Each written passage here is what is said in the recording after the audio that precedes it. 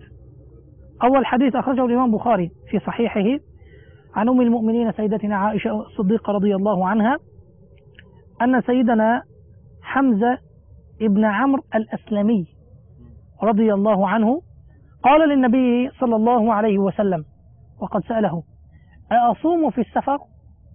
سأل النبي عليه الصلاة والسلام، وكان كثير الصيام، هذا الرجل كان كثير الصيام، فقال النبي عليه الصلاة والسلام له إن شئت فصم وإن شئت فأفطر. إذن أباح له، لم يقيد له، مع أنه سأل. والسفر كيف؟ والسفر مشقة، لكن مع ذلك لم يأمره النبي صلى الله عليه وسلم بأمر، جعل له أيضا الخيار، قال إن شئت وإن شئت. هذا حديث آخر أخرجه الإمام مسلم في صحيحه عن سيدنا أبي سعيد الخدري رضي الله عنه قال غزونا مع رسول الله صلى الله عليه وسلم ل16 مضت من رمضان، تاريخ 16 من رمضان، فمنا من صام ومنا من أفطر، فلم يعب الصائم على المفطر ولا المفطر على الصائم، ليس هناك حرج لهذا ولا لهذا ولا لأحد أن يتكلم على أحد في هذه المسألة. هذه كانت أخلاق الصحابة رضي الله عنهم وأرضاهم. سبحان الله سبحان الله. حديث آخر أخرجه الإمام الترمذي في سننه عن سيدنا أنس بن مالك رضي الله عنه أن رسول الله صلى الله عليه وسلم قال: إن الله تعالى وضع على المسافر شطر الصلاة. إن الله تعالى وضع عن المسافر شطر الصلاة، أي نصف الصلاة، والمقصود بها الرباعية.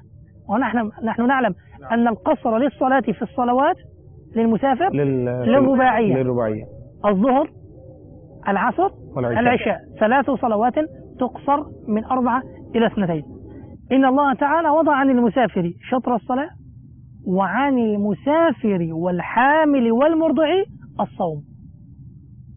أسقط عنهم في شهر رمضان الصوم لكي يقضوه في أيام أخرى، وعن المسافر والحامل والمرضع الصوم. هذا الحديث قلنا أخرجه الإمام الترمذي في سننه.